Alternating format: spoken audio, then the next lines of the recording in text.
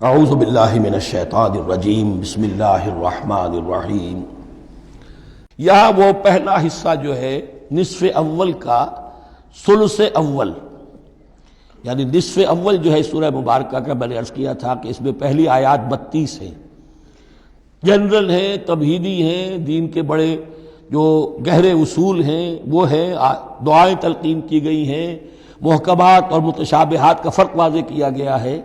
لیکن اب دوسرے حصے میں سارا خطاب جو ہے وہ براہ راست عیسائیوں سے ہے، اور انہیں بتانا یہ ہے کہ حضرت عیسیٰ کو جو تم نے معبود بنا لیا، یا تو تثلیث کی شکل دے دی ٹرینٹی، یا گاڈ انکارنیٹ بنا دیا۔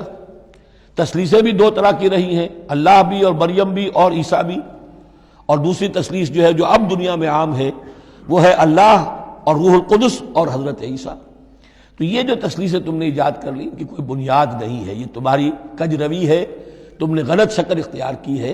عیسیٰ علیہ السلام بہت برگزیدہ پیغمبر تھے، ہاں ان کی ولادت معجزانہ طریقے پر ہوئی ہے، لیکن اگر ان کی ولادت معجزانہ طریقے پر ہوئی ہے تو ان سے متصلاً قبل یحییٰ کی جو ولادت ہوئی ہے وہ بھی معجزانہ ہوئی ہے، وہ بھی کوئی کم معجزہ نہیں تھا۔ تو معجزے، اور پھر آدم کی جو ولادت ہوئی، یا آدم کو جو پیدا کیا اللہ نے، تو ظاہر بات ہے کہ وہ اپنی جگہ پر جہاں سے نسل انسانی کا آغاز ہوا، تو یہی بات اگر دلیل ہو جائے الوہیت کی تو یہ تو پھر آدم کو بھی الہ مانو اور یحییٰ کو بھی الہ مانو۔ تو ساری بحث اس پر ہو رہی ہے۔ ان اللہ اصطفیٰ آدم و نوحا وآل ابراہیم وآل عمران علی العالمین، یقیناً اللہ نے چن لیا آدم کو اور نوح کو اور آل ابراہیم کو اور آل عمران کو تمام جہان والوں پر، تمام جہانوں پر نہیں، تمام جہان والوں پر۔ حضرت آدم علیہ السلام کا بھی استفاء ہوا ہے۔ اس میں کچھ ان لوگوں کے لیے دلیل بنتی ہے جو سمجھتے ہیں کہ جو تخلیق آدم ہے اس میں پہلے کوئی سپیشیز وجود میں آئی تھی، اور اس سپیشیز، اس نوع کے ایک فرد کو اللہ نے چن کر اس میں پھر اپنی روح پھونکی ہے تو وہ آدم بن گئے۔ تو وہ بھی سلیکٹڈ تھے۔ استفاء کے معنی ہوتا ہے کسی میں سے چن لینا، بہرحال ایک عام معنی بھی ہو جاتے ہیں، پسند کر لینے کے معنی بھی ہو سکتے ہیں۔ ان اللہ اصطفیٰ آدم و نوحا، اور پھر نوح کو پسند کیا، آل ابراہیم، ابراہیم کے گھر کو، ان کے خاندان کو، وآل عمران۔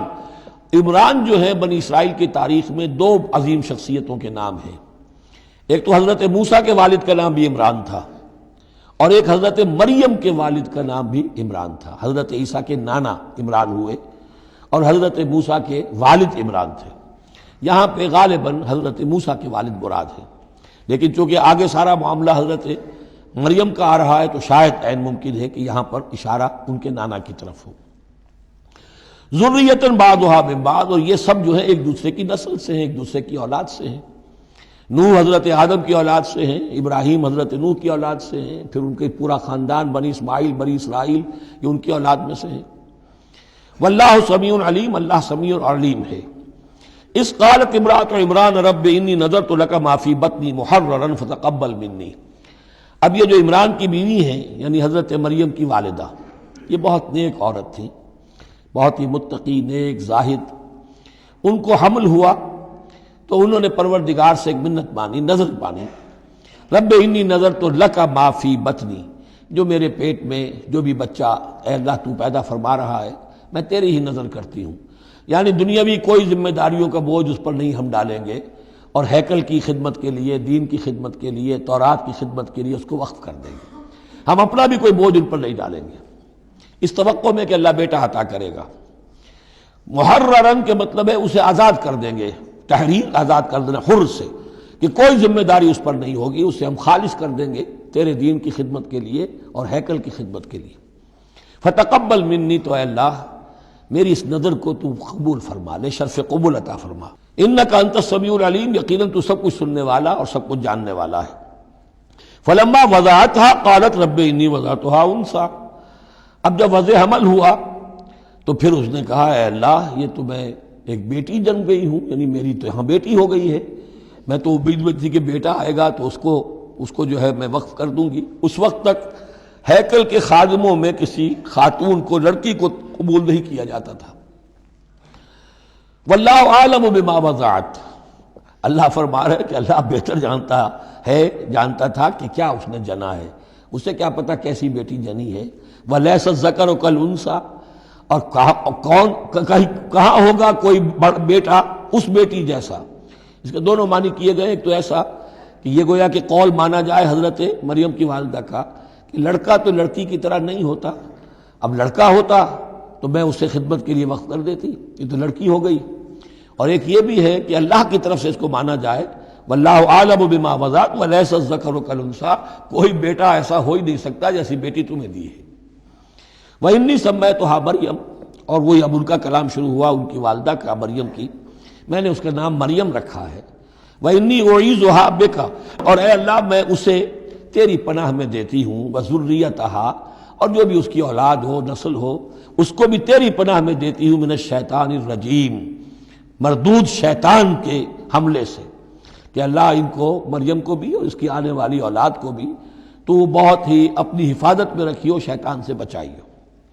فتقبلها ربها بقبول حسن، تو قبول فرما لیا انہیں، یعنی حضرت مریم علیہ السلام کو ان کے رب نے بڑی ہی عمدگی کے ساتھ قبول حسن، شرف قبول عطا فرمایا بڑی ہی خوبصورت انداز میں. وانبتها نباتا حسنا، اور ان کی پرورش کی بہت ہی عمدہ طریقے پر، بہت اعلیٰ طریقے پر. وکفلها زکریا، اور ان کو کفالت میں دے دیا، تربیت میں دے دیا حضرت زکریا کے.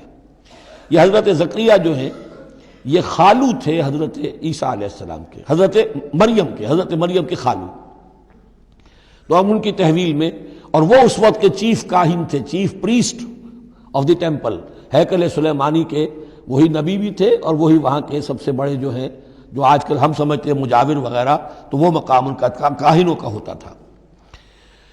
وکفلها زکریا کلما دخل علیہا زکریا المحراب، جب کبھی بھی زکریا ان کے پاس جاتے تھے محراب میں، وجد عندہا رزقا، وہ دیکھتے تھے محراب حجروں کی شکل کے اندر جو جیسے بنے ہوتے ہیں مسجدوں کے ساتھ، تو ایسے ایک حجرہ ان کو دے دیا گیا کہ یہ اللہ کے لیے نظر کی گئی ہے اور ان کو قبول کر لیا گیا ہے، تو اب ان کے لیے یہاں پر یہ حجرہ ہے، اس میں وہ رہتی ہیں.